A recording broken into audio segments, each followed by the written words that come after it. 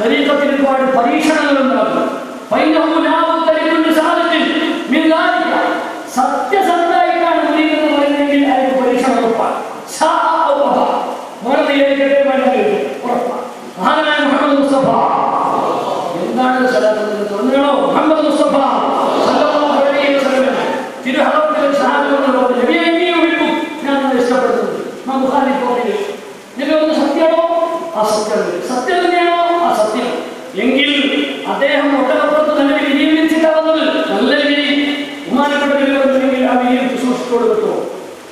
എന്താ കാരണം? നീ സത്യമാണ് പറയുന്നെങ്കിൽ നിനക്ക് താല്പര്യം വരും. എന്നെ ഉപയോഗിച്ചു തന്നെ എന്ന് പറഞ്ഞത് അത് സത്യമാണെങ്കിൽ നിനക്ക് കാര്യം വരും. മുമ്പിൽ താല്പര്യം എന്നൊരു ഉറപ്പാ. അപ്പം നിനക്ക് പുറക്കാനുണ്ടാവില്ല, പുറക്കാനുണ്ടാവില്ല. ഇപ്പൊ അതിന് ഷീറ്റാക്കി വെച്ചത് ഇപ്പോഴത്തെ വെച്ചാൽ പുറക്കാം. ബഹുമാനപ്പെട്ട റസൂലുള്ളാഹി വളരെ സഹീഹായ ഹദീസ്.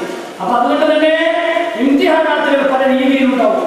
ചിലപ്പോൾ ദാരിദ്ര്യം കൊണ്ട്, ചിലപ്പം സ്ഥാനങ്ങൾ കൊണ്ട്, ചിലപ്പം വിഷമങ്ങൾ കൊണ്ട് പലരും പരീക്ഷിക്കും. ആ പരീക്ഷണം നടത്തുന്നത് ഇതൊക്കെ പറയാൻ മാത്രം ഞാൻ ആദ്യം മുൻനിർത്തിയിട്ടുണ്ട്. ഇത് നമ്മൾ ഉദ്ധരിക്കുക മാത്രമാണ്. അല്ലാഹു ഇതിന്റെ അവകാശികളിൽ പെടുത്തരുമാറാവട്ടെ. മാത്രമല്ല മറ്റൊരു കാര്യം, വളരെ പ്രധാനപ്പെട്ട മറ്റൊരു കാര്യം, ശേഷനോട് ഇക്റാമ് പറയാൻ പാടില്ല. ഒരിക്കലും ഇക്റാമ് പറയാം. ലിമ എന്തിനാണെന്ന് ചോദിക്കുന്നത്, എന്തിനാണെന്ന് ചോദിക്കാൻ പാടില്ല. ഒരു കാര്യത്തിൽ ശേഷം ചെയ്താണെന്ന് വന്നിട്ടുണ്ടെങ്കിൽ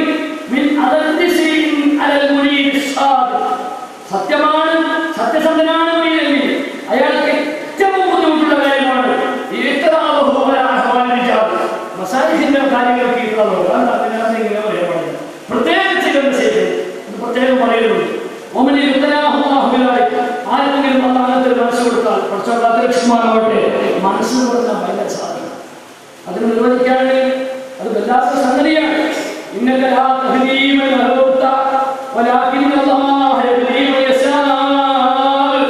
ബഹുമാനപ്പെട്ട മുഹമ്മദ് മുസ്തഫ സല്ലല്ലാഹു അലൈഹി വസല്ലം പറഞ്ഞു, ഇത് എങ്ങനെ ഉദ്ദേശിച്ചാണ് ഹിദായത്തിനെ കഴിയുക. എനിക്ക് എല്ലാവരുടെ ഇഷ്ടം മുമ്പ് ഹിദായത്തിനെ കാരണം അതിന് ഈ കാര്യം ചെയ്യുന്ന കല്ലായ കല്ലവട്ടില്ല. കല്ലിനെ അള്ള വെട്ടും പോലെയാണ്. അത് അള്ളാന്റെ കയ്യിൽ അത്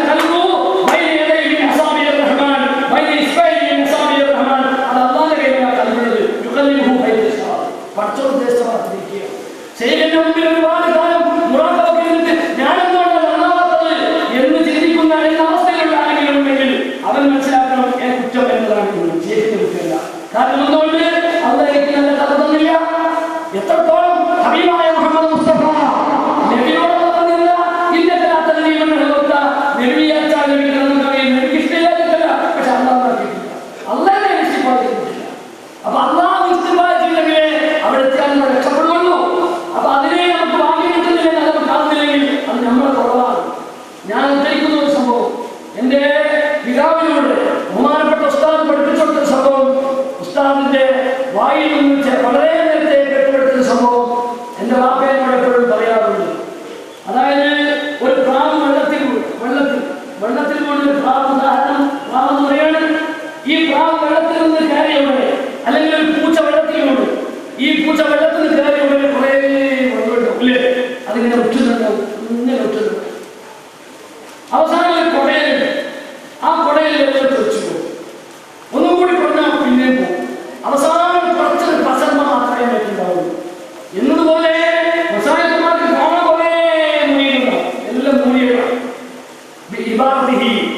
ലാസ്റ്റ് ഒരു പരീക്ഷണം, ഒരു കുടയിൽ അതിൽ വെള്ളം തെറിച്ചു പോകും. ഒന്നും കൂടി പറയും, അതിലും തെറിച്ചു പോകും.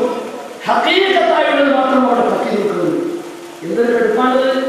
അപ്പോ ബഹുമാനപ്പെട്ട മുഅ്മിനീങ്ങൾ മനസ്സിലാക്കണം, ഇത് വളരെ വലിയ ഫന്നാണ്, വളരെ വലിയ ഫന്നാണ്. അല്ലാഹു ഇന്തിഖാബ് ചെയ്ത, അല്ലാഹു മഹാഭാഗ്യം കൊടുത്ത ആളുകൾ അവിടെ ഈ ചൂടിയിട്ട് കയറാൻ കഴിയും. അല്ലാഹു നൽകുമാറാവട്ടെ. അല്ലാഹു മഹാനാവട്ടെ. അപ്പൊ ഇക്റാം പറയാനേ പാടില്ല. ലിമ എന്തുകൊണ്ട് എന്ന് ചോദിക്കുന്ന ഒരു അവസ്ഥ ശേഖരത്തിന് മുമ്പിൽ വന്നാൽ, ശേഖരനോട് ചോദിക്കുന്ന ഒരു അവസ്ഥ വന്നാൽ അവനെ അല്ലാഹു ഒരുപാട് കാര്യങ്ങൾ കൊണ്ട് പരീക്ഷിക്കും. ആ പരീക്ഷണങ്ങളുടെ കാര്യങ്ങൾ ബഹുമാനപ്പെട്ട പറയുന്നു. ഒന്ന് നിസ്സാരമാണ് മരിപ്പിക്കുക. അവന്റെ മരണം നിസ്സാരമാണ്. അത് വലിയ സംഗതിയാണ്. ഹൈറായ മരണം എന്നത് ചിലപ്പോൾ വലിയ ആസക്തി, വലിയ ഹാനുണ്ടാകും. പക്ഷെ നല്ല അവസ്ഥയിലുള്ള മരണം അനുഗ്രഹിക്കുമാറാവട്ടെ. അത്തരം രോഗങ്ങളുണ്ടോ അതുപോലെ തന്നെ ദാരിദ്ര്യം, അങ്ങനെ ഒരുപാട് കാര്യങ്ങൾ ഞാൻ പറയുന്നുണ്ട്. ചുരുക്കി പറഞ്ഞാൽ ഔലിയാക്കന്മാരുടെ റഹ്മാനുകളെ പറ്റി പൊതുവേ ഇത്ര പറയാൻ പാടില്ല. ബഹുമാനപ്പെട്ട സയ്യിദി അഹ്മദുൽ ബദവി റളിയല്ലാഹു അൻഹുവിന്റെ സംഭവം പറയുന്നു. ബഹുമാനപ്പെട്ട മുസ്ലിമീങ്ങളോട് അവസാനമായി ഞാൻ പറയുന്നത്, ബഹുമാനപ്പെട്ട സഹോദരങ്ങൾ, എന്നോടും ബഹുമാനപ്പെട്ട എല്ലാ സഹോദരങ്ങളോടും പറയാറുള്ളത്, നമ്മളെ ഒന്നിനായ ശേഷം ബഹുമാനപ്പെട്ട ഉസ്താദുകളെ വളരെ കാലം മുമ്പേ കാണുന്നവരാണ് നമ്മൾ. അല്ലാഹുവേ ഒരുപാട് കാലം കാണിച്ച് സന്തോഷിപ്പിക്കുന്നവരുമാവട്ടെ. കണ്ടാലും നമുക്ക് പുതുമാറില്ല. പക്ഷെ പലർക്കും നമ്മൾ പണ്ട് നമുക്ക് എപ്പോൾ സ്ഥാനത്ത് പോയിരിക്കാം ഇപ്പം അങ്ങനെ ആവുന്നില്ലല്ലോ, എനിക്കിപ്പോൾ കാത്തിക്കാനും കഴിയില്ല, അവരോട് ഞാൻ വരുന്നില്ല എന്ന് പറഞ്ഞാൽ നാശത്തിന്റെ വക്കിലെത്തിയേ രക്ഷിക്കുമാറാവട്ടെ. അപ്പോ അവരെ ലോകത്ത് ഉയർന്നു പോവുകയാണ്. അവരുടെ സ്ഥാനങ്ങൾ, അവരുടെ ഉത്തരവാദിത്തങ്ങൾ നമ്മുടെ ശേഷത്തിന്റെ കൂടെയാണെങ്കിൽ അവരുടെ ശേഷമാണെന്ന് കൂടിയാണ്. അവർ സുൽത്താന്മാരോട് സഞ്ചരിക്കുകയാണ്. അതുകൊണ്ട് അവരുടെ അഹ്വാനം മറ്റൊന്നാണ്. അവർ നമ്മളിലേക്ക് പോലെ നമ്മളിൽ തന്നെ ഇരിക്കാനും ചിരിക്കാനും പറയാനൊക്കെ അവർക്ക് പൊതിണ്ടാവും, ഒഴിവുണ്ടാവില്ല. കാരണം ഷാഫി ഇമാം പോലും സമയത്തിന് ഇടപെടുത്തുന്നത് സൂഫിയാക്കളിൽ നിന്നല്ലേ. എന്ന ആത്മവാക്യം സമയത്തിന്റെ വിലയാണ്. അത് പഠിച്ച സൂഫിയാക്കളിൽ നിന്നാണ്. അപ്പൊ അവരെ ഒരു സമയത്തിന് എത്ര വിലയുണ്ട്. അപ്പോ അത്തരം ഒരു അവസ്ഥയിൽ നിൽക്കുമ്പോൾ നമ്മൾ എപ്പോഴും നമ്മളോട് തിരിച്ചു ഉദ്ധരിക്കണം. എപ്പോഴും നമ്മുടെ മുമ്പിൽ അത് നമ്മൾക്ക് ഒരു മുറിയിലെ കടമയാണ്. ഒരു ശേഷി ആ ശേഷിന്റെ സംസാരം കേൾക്കുമ്പോൾ ഷെഹറാനിയുടെ ഇമാറത്തെടുത്ത് പറഞ്ഞാൽ എന്താ പറയുക, ജിമായ ചെയ്യുന്നതിന്റെ പരമാനന്ദത്തെക്കാളും ശേഷിന്റെ സംസാരത്തിന്റെ അവർക്ക് ലഭ്യത്തുണ്ടാവണമെന്നാണ്. അത് പറയുന്ന സന്തോഷം അവിടെ ഇരിക്കുമ്പോൾ ആഹത്തിന് കൊതിക്കണം. എപ്പോഴും അവിടത്തേക്ക് തന്നെ നോക്കണം. ഒന്നും സന്തോഷത്തോടെ നോട്ടം കിട്ടിയാൽ ഒരു നോട്ടം കൊണ്ട് ചിലപ്പോൾ വലിയ സ്ഥാനം കൊടുത്തു. അതിനുദാഹരണമാണ് ഒരു മുമ്പിലായ മനുഷ്യന്റെ മുഖത്ത് അള്ളാന്റെ ദിവസം ഒരു നോട്ടം നോക്കിയ സഹാബിന്റെ സ്ഥാനം എത്രയാണ്? ഒരു നോട്ടം കൊണ്ട് കിട്ടുന്നത്. ഒരു നോട്ടം കൊണ്ട് ഔലിയാക്കളൊക്കെ കളയുന്നുണ്ട്. ഒറ്റ നോട്ടം കൊണ്ട് രണ്ട് മുജാഹിദുകളെ പരീക്ഷിക്കാൻ വേണ്ടി വന്നപ്പോൾ ഭാരതക്കായി മുഹമ്മദ് സാലിഹ് ഔലിയാക്കളാക്കിയിട്ട ചരിത്രമുണ്ട്. അതൊക്കെ അള്ളാഹുവിന്റെ ഔലിയാക്കളുടെ നോട്ടമാണ്. അൻ-നദറ എന്ന് പറയുന്ന ഒരു നോട്ടം, അൽ-മദർ എന്ന് പറയുന്ന ഒരു മതമുണ്ട്. അതൊക്കെ സാങ്കേതിക പദങ്ങളാണ്. അപ്പോ ബഹുമാനപ്പെട്ട ഭൂമിയെ മനസ്സിലാക്കണം. അത് പിന്നെ നമ്മൾ മുതലെടുക്കുന്നു. സ്ഥലം കാണാനില്ല, അവിടെ അങ്ങോട്ട് പോകണ്ട എന്നൊക്കെ വിചാരിക്കുന്ന ആളുകളുണ്ട്. അത് നമ്മൾ കുറവാണ്. ഞാൻ നേരത്തെ പറഞ്ഞല്ലോ, ആ കൊടയിൽ നമ്മൾ തിരിച്ചു പോയതിൽ നമ്മുടെ അവസ്ഥയിലാണ്. അള്ളാഹു രക്ഷിക്കുമാറാവട്ടെ. മറ്റുള്ള വിശേഷങ്ങളൊക്കെ നമ്മൾ അത് സഹായിക്കില്ല. അള്ളാഹു ാവട്ടെ. അതിന്റെ കാമികളായ നീതിമാർക്ക് ഉണ്ടാകേണ്ട വിശേഷങ്ങൾ പറയുകയാണ്. അതിലേക്ക് നമ്മൾ എത്തിപ്പെടണം.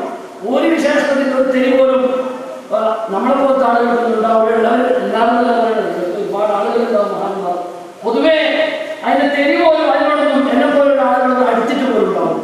എന്നാലും നമ്മളതിന് ശ്രമിക്കുക. അള്ളാഹു തരട്ടെ. വളരെ വലുതാണ് അള്ളാഹുവിന്റെ ഇൻതിഖാബ്, അള്ളാഹുവിന്റെ സെലക്ഷൻ. അത് വളരെ വലുതാണ്. അതാണ് നിരാശ പാടില്ല.